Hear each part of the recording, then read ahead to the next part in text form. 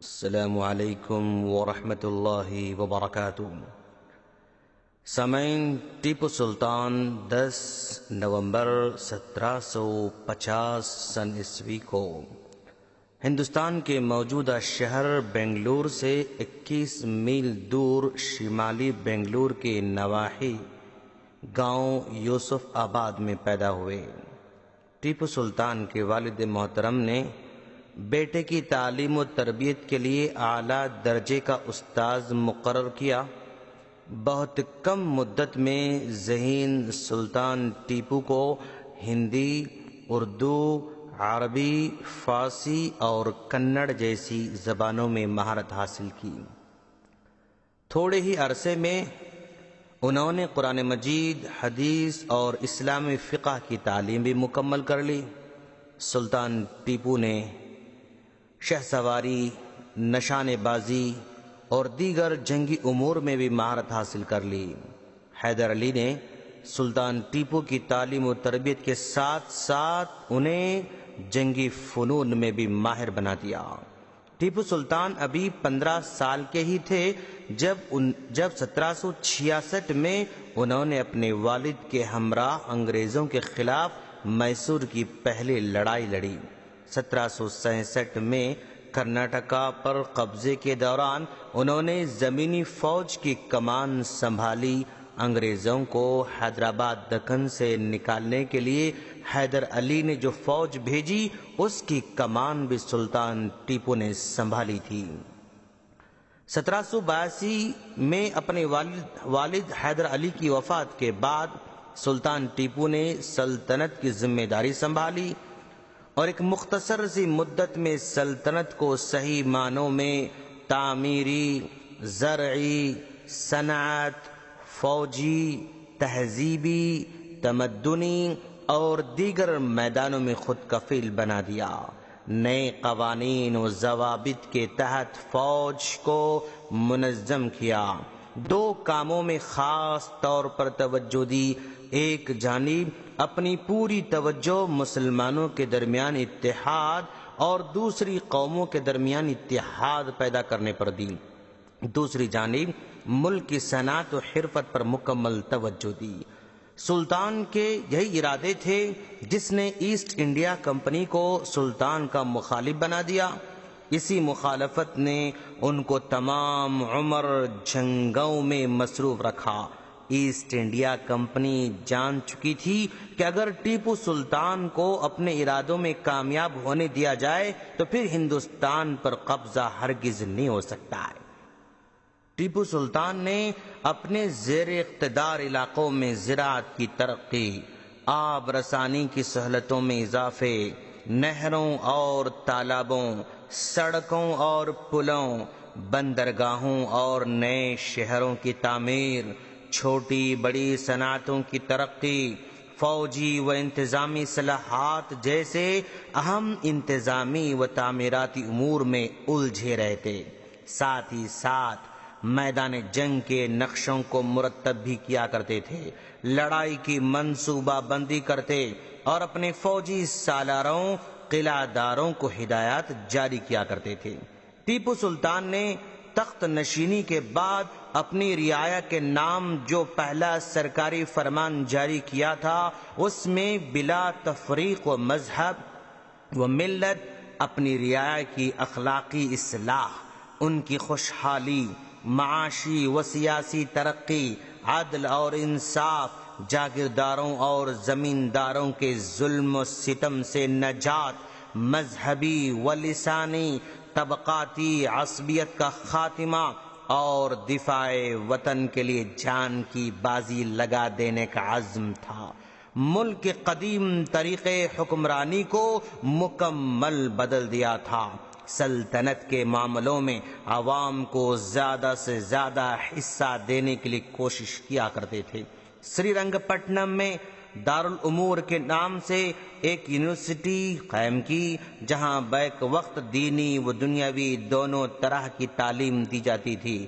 حکومت کی طرف سے مختلف علوم و فنون کے ماہرین کو کثیر مشاہرہ پر یہاں مقرر کیا گیا تھا۔ سلطان ٹیپو کو اسلام کی محبت نے نہ وطن کی آزادی سے غافل کیا، نہ وطن کی آزادی کے شوق میں انہوں نے اسلام کی خدمت میں کوتاہی کی۔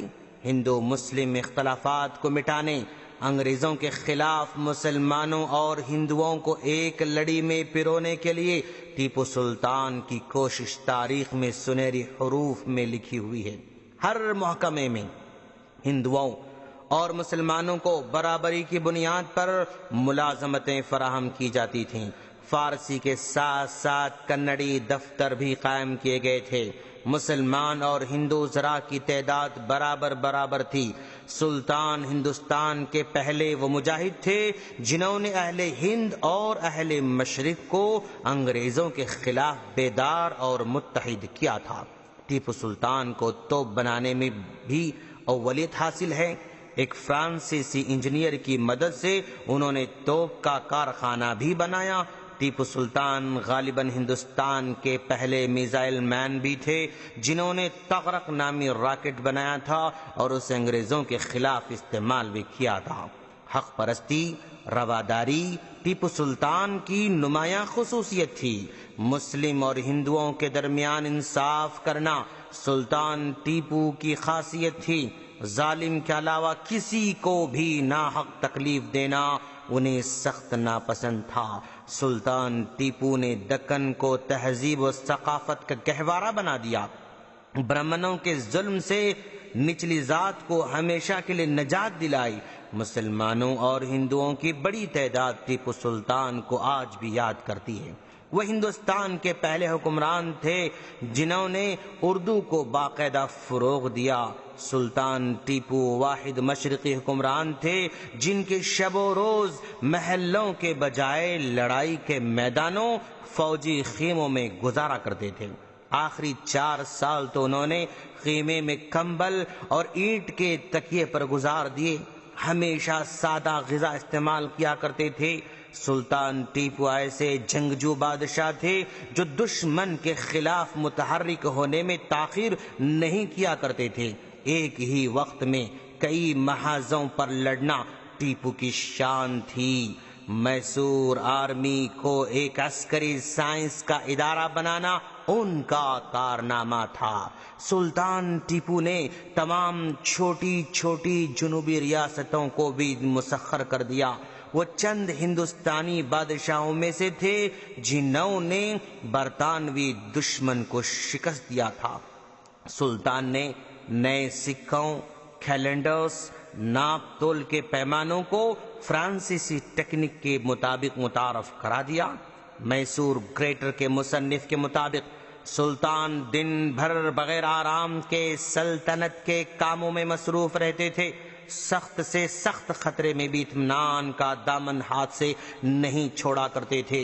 دنیا کی کوئی بات کسی حالت میں بھی انہیں خوف زدہ نہیں کر سکتی تھی۔ یہ عظیم مجاہد اپنوں کی غداری کی بدولت ایک عظیم خواب سینے میں سجائے ہوئے انگریزوں کے ساتھ لڑتے لڑتے 4 مئی 1799 کو اپنی جان آفرین کے سپرد کر دیا۔ ٹیپو سلطان کے بعد انگریزوں کے مقابلے کے لیے کوئی بڑی طاقت نہیں رہ گئی تھی۔ ملک میں ان کے توسیع پسندانہ عزائم کی راہ میں ٹیپو سلطان ہی سب سے بڑی رکاوٹ تھے۔ ان کے بعد ہی ان کی زبان سے پہلی مرتبہ یہ معنی خیز جملہ نکلا کہ آج سے ہندوستان ہمارا ہے۔